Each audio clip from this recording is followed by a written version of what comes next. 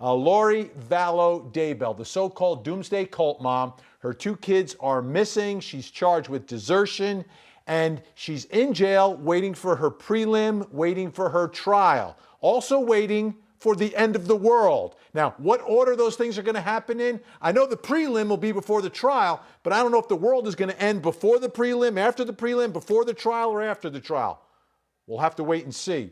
In the meantime, she's trying to get out of jail, tried to get her bond reduced. We covered it live here on Court TV. Take a listen to the judge, but take a look at Lori Vallow's reaction. I'm denying the motion for bond reduction because I cannot find any good cause to reduce bond further than it already has. That is the look of disappointment on the face of Lori Vallow-Daybell. Disappointment. Denied a bail reduction. So now, where is she? What's going on? What's next? What charges specifically is she facing? Let's bring in Court TV correspondent Chanley Painter. Chanley, great to see you tonight. What is her status? So as we sit here tonight, what is the status of Lori Vallow-Daybell? Well, she's being held in the Madison County Jail for $1 million bail. Unlikely she'll be able to make that and get out. So therefore, she's going to sit there until the preliminary hearing. Now, this is over a 2.5-hour marathon bond reduction hearing that her defense attorney tried over and over to establish grounds to get that bail reduced so that she could leave the jail. Because according to the defense, it is virtually impossible for him to have an attorney-client privilege relationship under the COVID-19 restrictions there at the Madison County Jail, saying, look, they even recorded at least 2 or 3 of our phone call conversations, admitted it, deleted them. But then again, the prosecution responded during that hearing saying that there's no good cause shown in these affidavits or these evidence presented or lack thereof by the defense in this hearing. And the judge agreed with the prosecution, saying every defendant at Madison County Jail is going through the same issues as Lori Vallow. They'll have to work around it. But Vinny, notably not there at the hearing, her husband, Chad Daybell. He was not there. We have confirmation, but he is on the prosecution's witness list. Will he be called at the preliminary hearing? That's the next big hearing in this case. Will he be called? The prosecution released almost 50 potential witnesses, but the defense attorney says that he's been told they'll only call around 12 to 13 during that preliminary hearing, July 9th and 10th, and that's an important next step. All right, July 9th and 10th. Now let's remind everyone, these are not murder charges that she's facing. Specifically, what is she charged with in Idaho in the case that she's in jail on right now? Well, she's being charged with 2 felony counts of child abandonment, specifically desertion and non-support of children. Of course, that goes to the prosecution saying that she abandoned her 7-year-old J.J. Vallow, her 17-year-old Tylee Ryan. Then she faces several misdemeanor counts, resisting and obstructing an officer. That is for allegedly lying to the police when they conducted that welfare check in November 26th of last year, when J.J.'s grandparents called for the welfare check. She said that J.J. was in Arizona with her friend. Well, that leads to the next count, solicitation, because police say that she called her friend in Arizona, Melanie Gibb, to lie about JJ's whereabouts. JJ was not with her friend in Arizona. And then the final count of contempt goes to the January 16 child protection order filed where she had to produce her kids. She did not comply with that order, and that's the charge of contempt. All right, so July 9th and 10th, the prelim. We don't think she's getting out on bond. She's got to raise $1 million somehow, have someone put that up for her. We'll keep an eye on that. In the meantime, let's bring in the rest of the Court TV team. We've got with us Ashley Banfield and Julie Grant joining the conversation.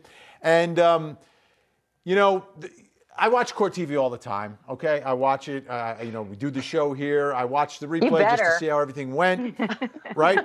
But you know what? A story like this, you got to keep your eyes open because different people are talking to different organizations. And I watched the Dateline special that they did, and a lot came out in that Dateline special as well. Ashley, I know you had an opportunity to see that as well. What was your big takeaway from anything that we heard there that we haven't heard in court, haven't read about in any court papers yet? You got 2 hours, Vinny, because that's what it would take to download all of that. To be honest, there were a lot of the things that the Dateline program presented. We had seen some of before, but there was some really interesting new stuff. And I really think it was telling that Keith Morrison interviewed Melanie Boudreau and her husband, Ian Pulowski. So she's Melanie Pulowski.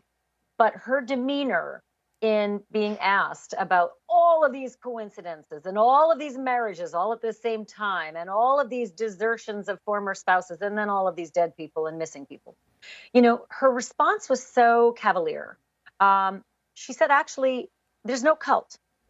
We're all just doing our thing. Those are the words. There's no cult. We're all just doing our thing. As if to say Keith Morrison's question was crazy. But the reality was Keith and a few other news organizations have gotten their hands on some pretty telling documents that her adorable new husband, Ian Pulowski, has written. He didn't think we were all going to get him. He didn't think anybody was going to get him. But he gave his computer to his ex-wife, and lo and behold, she found them, right? So in those documents, Ian spills the beans about the cult. Ian tells us all about zombies and evil spirits and really crazy behavior. And the end of the world being, oh, July 22nd. You know what? She's going to get that prelim before the end of the world. Anyway, so the truth is I found Melanie to be extremely disingenuous. To look Keith Morrison in the eye and say, there's no cult. Come on. We just are all doing our own thing. And then there's that document. Her own husband is writing about her and about Lori and all the other people that surround them in Chad saying, oh, hell yeah, there's a cult and it's crazy. So that was my big takeaway. Julie, let me pick up on that because, we've been talking about Melanie Boudreau for a while here, perhaps being the key to the whole case to unlock and take investigators, which is the most important part, to take investigators inside what was happening in Lori's world. If she's speaking publicly to the media and has been allegedly cooperating with investigators, that tells me she may not know what happened here to all these people who died and the two children who are missing. How do you read it? Yeah, that's a great point, Vinny, because she could still be in the dark. As close as we know she was with her Aunt Lori, and seems to really have wanted to spend as much time as possible with her doing the move as well to Rexburg, Idaho at the same time to be close to her living in the apartment next door. She may have been kept in the dark. I mean, really, the only people who may know what's going on with those kids are Mr. Doomsday and Mrs. Doomsday. So perhaps Melanie was kept in the dark, and maybe she wanted it that way. Maybe she was a little frightened after what happened to Lori Vallow's ex-husband, Chad Daybell's former wife, and of course, Uncle Alex Cox. So who knows with her? But I'll say it. I said before, I'll say it again. If she does know, she needs to talk now, or else if law enforcement is ready to bring some charges for homicide and there's a conspiracy, and if she's in any way involved, she could be looking at charges if there is any behavior that was criminal. So I would hope she would cooperate if she has knowledge, Vinny, and this way cut things off at the pass, if you will. Yeah, great point. Anyone who's connected to a conspiracy, they're going to rope in, because everyone you rope in becomes a potential witness that you can flip. Chanley, let's get back to Lori Vallow and the hearing that happened inside the courtroom, the bail reduction. And one of the things I heard from Mark Means, the attorney for Lori Vallow-Daybell, it seemed like he had a specific number. He was trying to get that bail reduced like $500,000 or less. He was throwing out some numbers.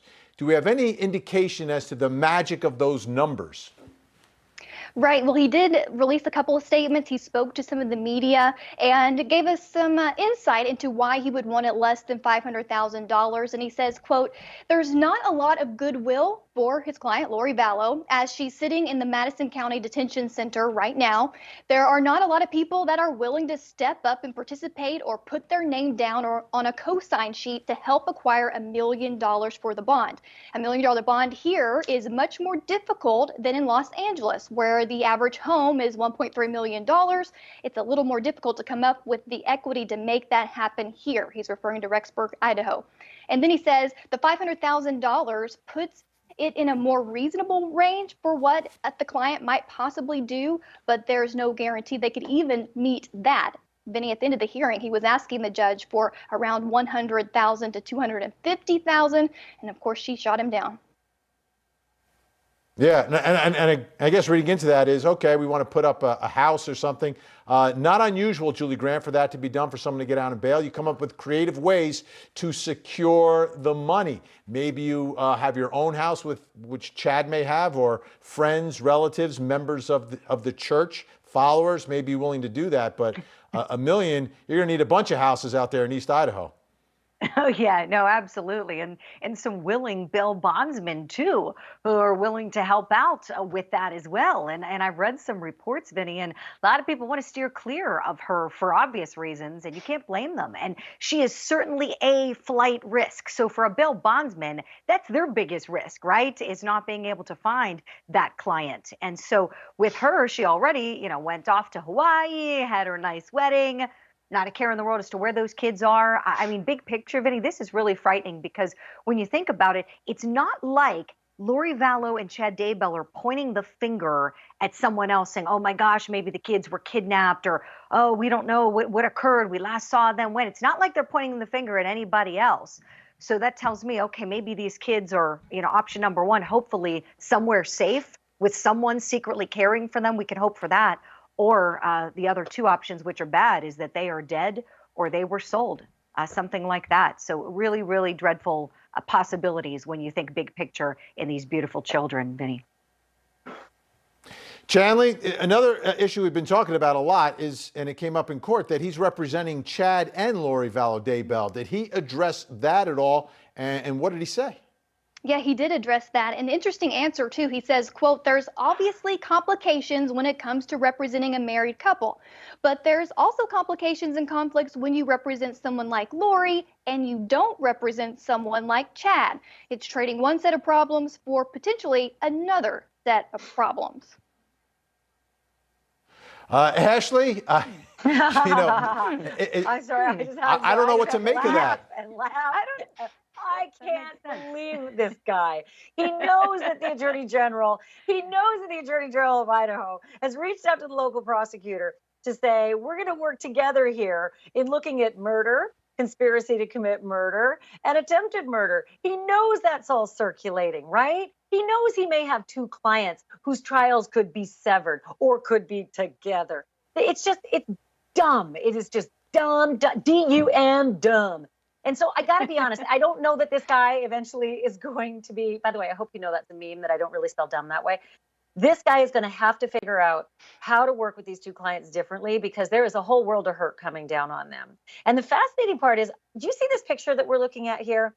She's not looking around, is she, Vinny? She's not looking around in the gallery like, where's Chad? Maybe she was wizened up before she came out from the holding cell that he ain't going to be here. Probably not in his best interest. But I want to know, while that lawyer was suggesting that there's not a whole lot of money and a whole lot of people who love her and who want to put up the money, Chad's supposed to love her. He just married her, and he just collected on $430,000 in insurance money on his dead wife, Tammy. So did they spend it all on that wedding? Where's the $430,000? Isn't that pretty close to what you're going to need to, get towards a solid bail if you can find another bail? It just seemed weird to me that she didn't even seem to be craning her neck around. Like, she just knew fait accompli. He's not there. I don't know. The whole thing just stinks. By the way, she's got enough dead people in her past as well that she may have collected on some other life insurance. So I wonder where all the money's gone. Follow the money, I always say. Yeah. Chanley, the other part, Mark means, the one thing that I will hand it to him, and, inside the courtroom, a strong presence. I mean, he was like the star of that bond reduction hearing, having his voice heard, being very passionate for his client. And I could see a guy like that, getting in front of a jury and telling the story. But the other part of this is, this is a big case. This is going to be time consuming. It's high profile. I understand that. But Lori Vallow can't make bond. I don't know how much money she has. Why did he even take this case? Yeah, he answered that question too, Vinny. And it's also interesting. He said, quote, I think people need to understand that no matter who a defendant is in our country, they are entitled to a defense that complies with the rules of law and exercise their rights through the Constitution. He goes on to say, guilty or not, I don't care who the person is. clarifies, I'm not saying Lori is guilty. I'm not saying that at all. In fact, we maintain her innocence. She is entitled at the end of the day, regardless of how you feel, about her religious beliefs, personal beliefs, actions, inactions, whatever happened, she is entitled to a defense. And he feels honored to be able to attempt to provide that for his client, Lori Vallow. Yeah, Ashley, he sounds like one of the true believers. You know, there's some defense attorneys that, all right, it doesn't matter who you are, you come in, I'm going to do my job, because if I don't do my job, the whole system crumbles, as much of a public enemy that I may eventually become doing my job. I love that passion. I think that's wonderful. It's why I literally always have this in my desk. It's the United States Constitution and the Declaration of Independence. And I believe that somewhere in this little tiny book, there are rights that are afforded to those kids as well. I don't know, call me crazy. Yes, of course she has the right to a defense. Yes, of course we're going to presume her innocent before guilty. But there's a weird circumstance that surrounds the case. All she needs to do to make that bail and walk out is to produce the children. It really comes back down to this very simple question. Produce the children. And then you can get out, and you don't need $1 million bail. You don't need any of it. Produce the children. Where are they? They have constitutional rights, safety and security, and freedom to move about the cabin as well. So I appreciate Mark Mean's passion. I appreciate him working for 3 hours on what I thought was going to be a 15-minute hearing. But at the same time, I think I appreciate more right now the whereabouts of the kids. Absolutely. You know, the silence speaking volumes each and every day that she sits in that jail.